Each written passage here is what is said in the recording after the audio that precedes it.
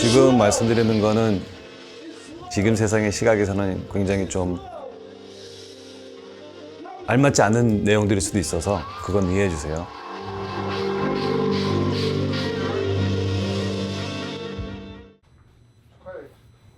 초등학생 정도 때였고 아버님이 기자하셨고 해외 교류가 많으셨고 어떻게 하다 보니까 나도 미국으로 가야 되게 됐는데 굉장히 이 동양계 사람이 굉장히 생소한 나라였고 특히 미국에서 마이애미라는 나라는 너무 다른 나라였고 굉장히 무서웠었어요.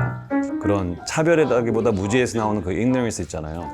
별명이 치노였고 영어도 모르고 아무것도 모르는 꼬마에 느끼는 그런 감정들이 있잖아요. 사람들의 시선이라든지 내가 달라 보여서 당하는 약간 소외감, 거기서 접한 특이한 문화들, 그중에서 제가 반응을 했던 음악들이 힙합 음악이었던 것 같아요. 진짜 충격이었고 나한테 딱 맞았어요. 너무 속 시원했던 거죠. 제가 막 약간 그런 상황에서 굉장히 수줍음도 많고 그런 친구였는데 힙합에서 나오는 그런 가사들이 저한테는 큰 희열을 느끼게 해줬어요.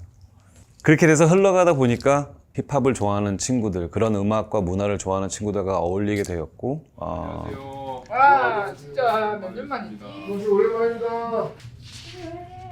살라유. 고마워요. 오늘 좀 오랜만에 모이시나 봐요. 네. 팝타임 페스티벌이 큰 페스티벌이라서 원래 뭉친 팀들을 최대한 뭉치게 하려고 노력하는 중입니다. 잘 나와야죠.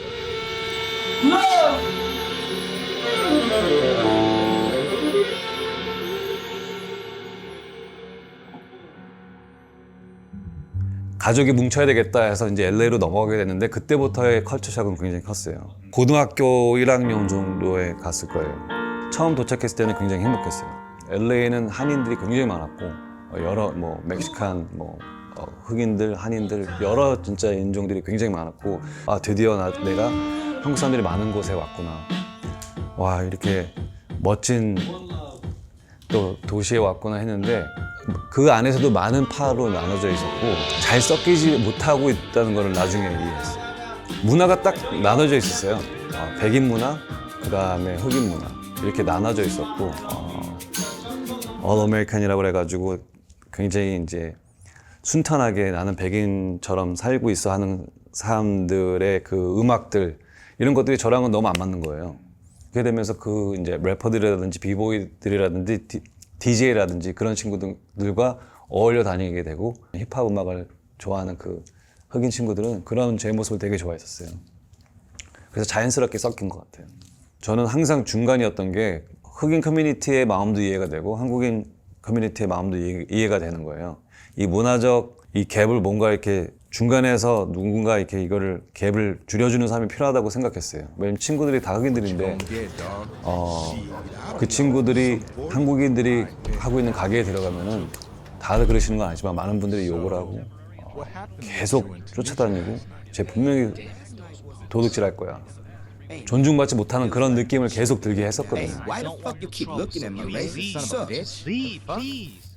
그 중간에 그걸 미디에이트 해줄 사람이 없었던 거 그게 너무 안타까웠었어요. 결국 터진 거죠. Every time I wanna go get a fucking brew, I gotta go down to the store with the two Oriental 1 penny count motherfuckers. They make a nigga mad enough to cause a little ruckus. Thinking every brother in the world's out the tape. Shorty watch every damn move that I make. They hope I don't pull out a gat, try to rob. They funky little store, but bitch I gotta NWA는 특히 LA에서는 저희들의 우상이었고요. 아이스큐브 같은 경우는 그때 왕이었죠 거의.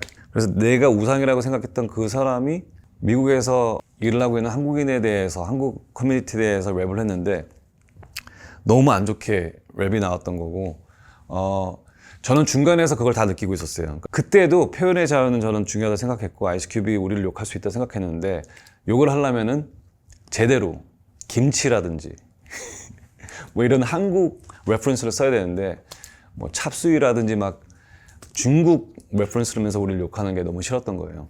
한국 커뮤니티에서도 없었어요. 그래서 이건 문제다. 우리도 그냥 항상 조용히 눈 감고 가니까 문제되는 게 아니냐. 누군가 알려줘야 되는데. 그래서 어린 마음에 거기에 대해서 이렇게 논문을 썼고 그 아이스큐브의 랩을 이제 일일이 다 써서 그걸 반박하는 거를 이제 학교에서 역사 시간에 제가 그거를 이거에 대한 문제점을 발표하면서 많은 사람들이 이게 특이하니까 많이 이슈가 돼서 불려갔었어요. 외국 라디오 쇼에도 불려가고 여러 군데 이제 매체에 인터뷰를 하게 되고 뭐 칼리지 라디오라든지 미국 라디오 프로그램 같은데 초대받기 시작했던 거고 이제 무대에 초대받기 시작했던 거예요. 그때 막 내 딴에는 멋있다고 썼는데 지금 들으면 너무 웃겨요. Call me tiger cause I rap tiger style.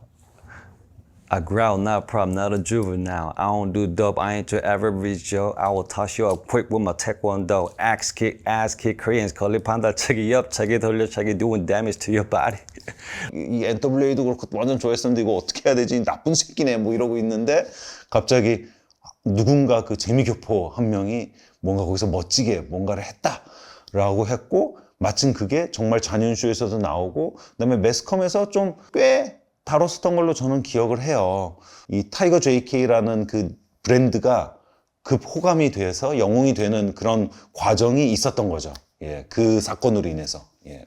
그 당시에 소문으로 저에 대해서 듣고 많이 러브콜이 왔었어요. 뭐 저를 계약을 한다는 러브콜보다도 흑인 문화, 힙합 문화에서 또 그 언어라든지 뭐 안무라든지 패션이라든지 이런 것들에 대해서 저한테 많이 궁금해하셨고 그때 활동하시던 많은 아티스트들, 프로듀서 그 다음에 기획사에서 많이 저를 찾으셨어요. 랩이 굉장히 필요하다. 여기에 랩을 어떻게 넣냐. 그래서 어떻게 보면은 뭐 한국 가요계에서 이상한 어떤 그 프레이즈에 대해서는 그게 저의 잘못이 많을 수도 있어요. 체크라 뭐 이런 것들. 이제 그때는 랩이란 거가 진짜 생소할 때니까 랩 부분이 두 마디인 거예요. 두 마디의 랩을 할 수가 없다. 하고 이제 제가 아는 랩들을 막 알려주면은 너무 길다. 이거를 두 마디로 함축시켜라. 뭐 여여여, check it out, drop that beat 뭐 이런 거 말하면은 그거 좋다. 그건 랩이 아닌데요. 그러면 그때는 뭐 한 마디 두 마디 랩도 많이 고스트라이팅을 했었고 그런 이유로 한국에 왔었죠. 이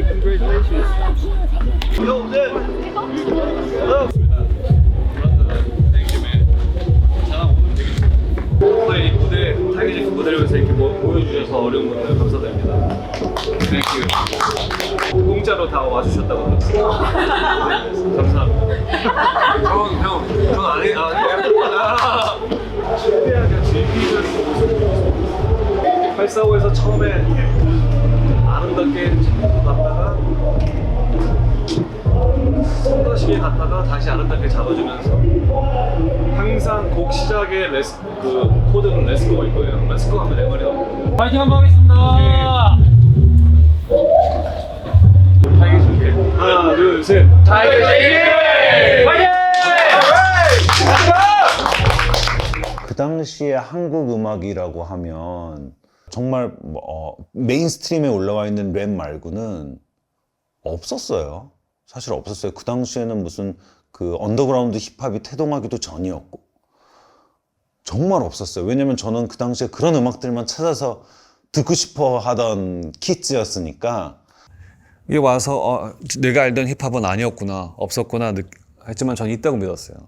그래서 공연을 하고 다녔었어요.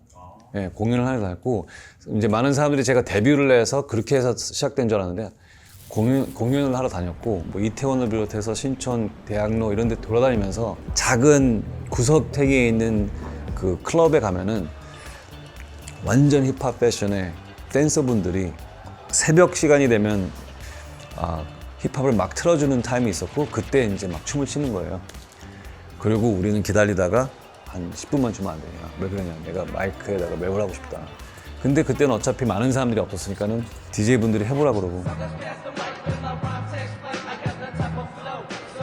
어떻게 인연으로 됐는지 모르겠는데 어느 스튜디오에서 만나서 서로 인사하고 요 내 앨범이야 뭐 그러면서 딱 받았는데 정말 딴 세계에 있는 사람 같은 느낌? 그러니까 막 연예인 같은 멋이 아니라 완전히 자기 색깔 약간 선생님 같은 느낌도 있었고 그 다음에 사명감 같은 것도 있었고 결국 와서 내가 알고 있는 것과는 많이 다르구나 해서 저는 그런 문화를 찾아다녔고 나름대로 전파한다고 생각하면서 막 길거리에서 한두 명 세워놓고 얘기를 해드리고 제 전화번호 드리고 근데 그런 게 소문이 나서 불려간 거죠. 기획사로. 이 CD를 우리가 내주겠다. 그래서 한국에 온 김에 하자 이렇게 됐던 거고 그 대신 한국이니까 한국말로 된 곡 2곡을 줘라. 하나는 무조건 사랑 노래해야 된다. 그리고 뭐 한국에는 후속곡이라는 게 있는데 타이틀과 후속곡은 한국말로 만들어줘라고 부탁을 받았고 그래서 나온 게 난동원의 너희가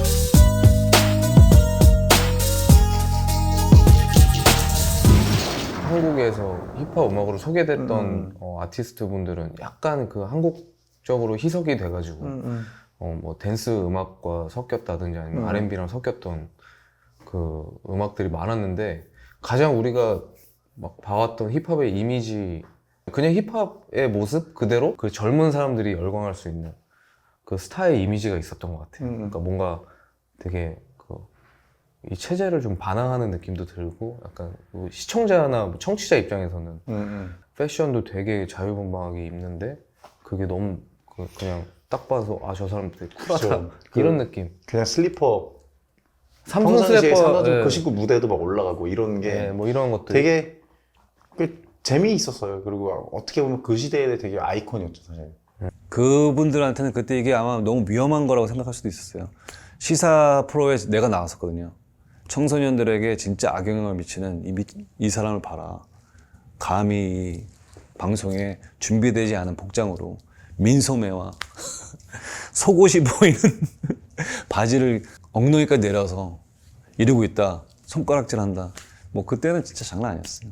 그때는 그냥 무조건 보여주고 싶었어요. 그러니까는 내가 보고 느끼고 충격을 먹었던 걸 그대로 저는 전달해주고 싶었거든요. 다른 시각으로 볼 때는 양아치 같고 굉장히 저질이고 예의 없고 그렇게 보일 수도 있었겠지만 제 딴에는 오히려 더 솔직하고 더 인감이 있는 행동이라고 저는 생각했거든요. 보여주고 싶었어요. 왜 학교에서 가르치는 거랑 TV에서 엔터라고 가르치는 건 다를까? 우리는 항상 뭐 낭비하지 마라, 이거 해라 이렇게 말해주면서 남을 도와라 말해주면서 어린아이들한테 꿈을 줘야 될 이런 프로그램에서는 여기 나오려면 꾸며라, 가짜가 되라, 수술을 해야 되고 어떻게 생겨야 되고 비싼 옷을 입어야 되고 그런 거를 파괴하는 거를 많이 하고 싶었어요.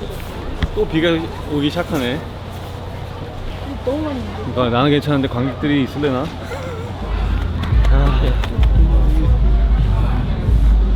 비까지 오고 너무 떨리는데요, 갑자기? 진짜로요? 항상 떨려요. 죽을 것 같이 떨려요. 예상 올라가서. 선생님이 한번 설명해가지고 괜찮아요? 끄덕이는 노래 때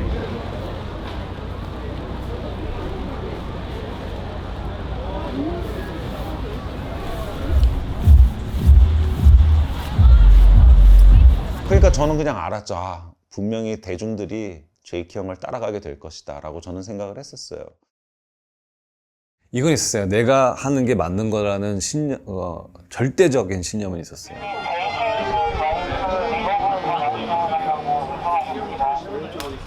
그 모두의 시선이 저한테는 아무것도 아니었어요. 그리고 난 할 수 있다. 혹시 저를 잘 모르는 사람들이 있을 것 같아서 제 이름은 타이거 제키고요.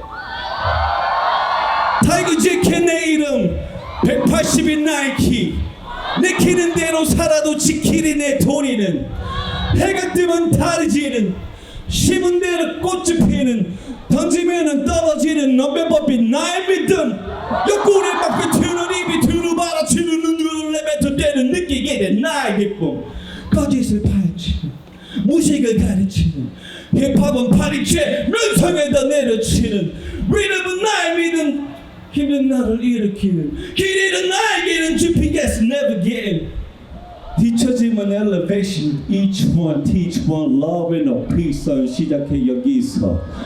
One. 그누가 노래로 듣는 날 탓하지 않는 무조건적인 당신의 사랑을 기적과도 같은 기적을 만드는 신비한 가장 완벽한 나를 내가 그쪽에는 노래 고개 그쪽에는 망쳐 잘하고는 느끼고는 실증이 안 나서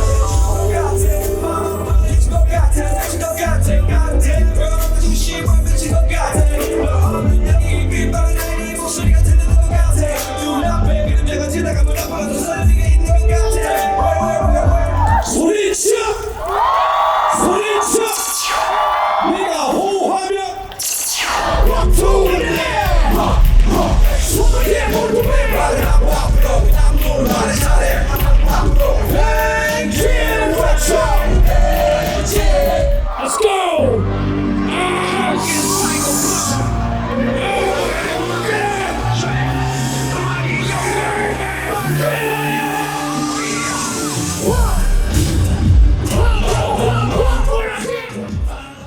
뭐 성공의 기준이 어디에 있는지는 잘 모르겠지만 제가 봤을 때 그런 힙합 트랙으로는 그 당시에는 엄청 크게 성공했죠. 엄청 히트했죠. 아이돌 음악이 완전히 판을 뒤덮었을 때거든요. 그 틈을 뚫고 들어가서 일을 했다라는 거는 굉장히 상징적인 의미가 있고 그 당시에 그런 매체의 힘이 엄청 강했을 텐데 어마어마했죠. 왜냐면 음악방송 나가면 앨범이 다음날 5,000장 이상 팔리고 이랬으니까. 예. 잘 되던 안 되던.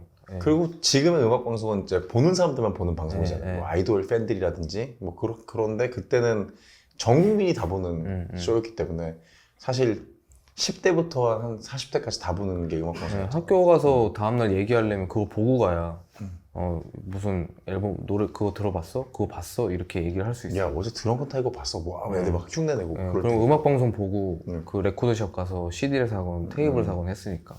예. 가요 프로에서 1위를 처음으로 했었을 것 같은데 글라이프라는 곡인데 그냥 랩만 있고 어떻게 들으면 저만 좋아했던 그 지루했던 곡인데 그때 회사 사무실에서 많이 혼나고 막 그랬어요. 이게 뭐냐, 노래가 없다, 녹음이 잘못됐다, 이거 안 된다, 좆된다, 안 된다, 개 혼났어요.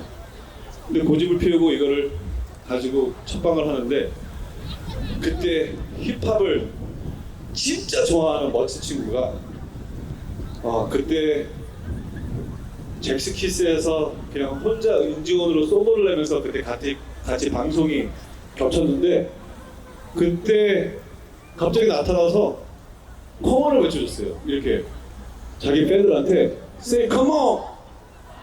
Come on! 그리고 그때 기억으로는 지원이가 이거밖에 안 돼? 내가 잔업이로 하면 You say come on! 잔업이로! 머리 위로! 잔업이로! 머리 위로! 잔업이로! 머리 위로! 이렇게 해서 글라이프가 그때 방송에서 진짜 멋있게 나왔고 그러면서 글라이프가 히트곡인 것처럼 전파가 되는 그런 일화가 있었습니다. 힙합으로 1위 하기 진짜 힘들었죠. 멜로디 하나 없는 노래로 글라이프로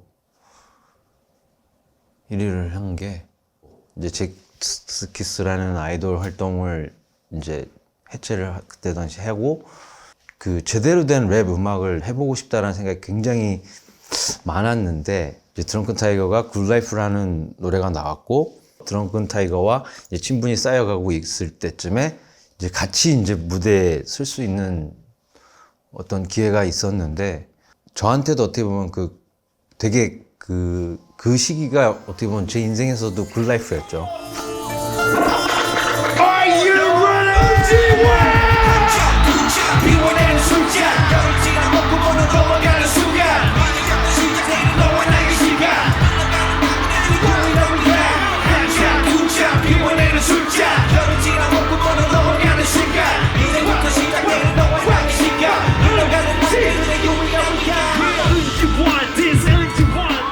너무 좋았어요.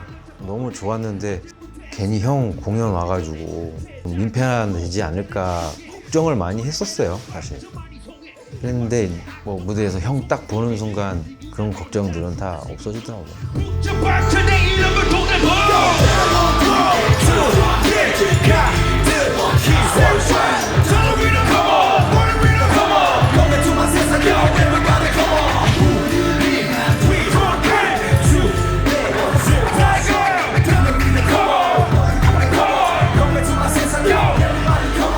저는 늘 형 공연을 보면 인간 문화재 같아요.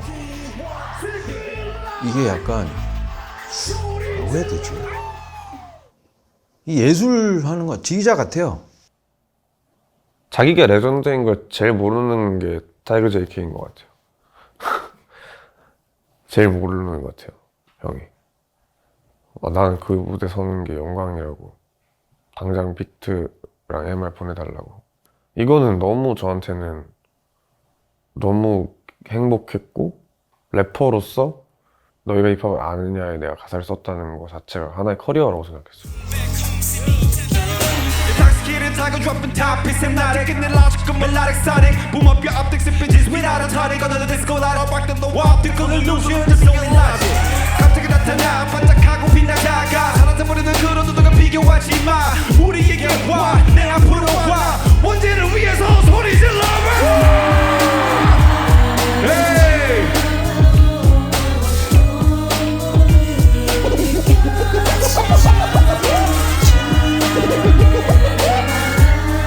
One, two, everybody! Tiger JK! Shout out to my homie Tiger JK. 너 그놈은 나중에 후회 머리가 아무리 비슷해도 우리 가족 패는 남들 너가 늙으니까 내 평소에 같이 이렇게 얘기하고 있다가 보면은 그냥 친한 형이거든요. 친한 형이고, 근데 호로페인 무대에서 딱 형이 무대하는 걸 보는데, 아 맞다, 이 사람 타이거 JK지. 아, 우리나라에서 무대 제일 잘하는 사람, 제일 잘하는 래퍼지. 아 하면서 약간 거리감 좀 느껴지는. 난 형제란 말에 못 걸어. Look at Tiger. Yeah.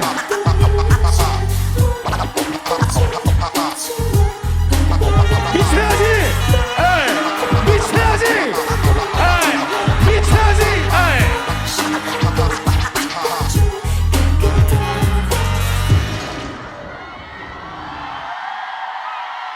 저희 세대부터는 타이거 JK님까지 닿기가 사실은 어렵다고 생각을 해요. 어려운데 이거를 꼭 잊으면 안 된다고 생각을 해요. 저희가 옛날부터 항상 밀던 말인데, 저희가 받고 큰 것들 있잖아요. 뭐 도움을 받고 윗세대들한테 받고 영감을 받고 큰 거를 우리가 똑같이 뿌릴 수 있어야 된다고 생각해요. 그래야 저희가 뿌린 후대들이 그 후대들한테도 뿌릴 거고, 이런 선순환이 계속 돼야 된다고 생각하거든요. 특히 이런 마이너한 문화에서는. 선구자죠. 선구자 중에 한 명이고, 대단히 그러니까 자기만이 가지고 있는 새로움을 추구했고, 그것들을 열심히 자기 몸으로 보여주면서 문화 자체를 좀 변화시킨 측면이 있는. 그리고 지금도 정말 많은 아티스트한테 그 존경을 받고 있지만 더 오래 충분한 존경을 받으셔도 된다, 그런 의미입니다. 어떤 말을 하는지보다 그 사람이 진심을 다해서 뭔가 외치고 있는 게 항상 느껴지니까 저는 그 부분에 있어서 그 진정성에 있어서만큼은 이 사람은 진짜죠. 지금의 힙합이 있게 해준 사람인 것 같아요. 리스펙이라는 단어가 요즘 엄청 많이들 쓰는데, 힙합에서 정말 중요한 단어가 아닐까. 우리 윗세대들이 어떤 방식으로 활동을 하셨기 때문에 윗세대 분들에 대한 감사함이 필요한 것 같아요. 물론 그 윗세대에 대한 불만과 반항심이 또 새로운 변화를 만드는 힙합이기도 하지만, 동시에 감사함을 가지는 것도 힙합이라고 저는 생각합니다.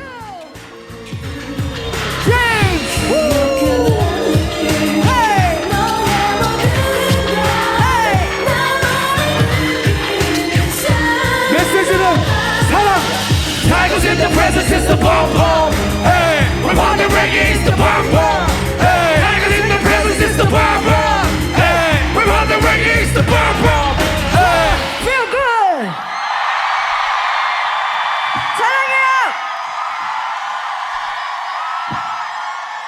Thank you.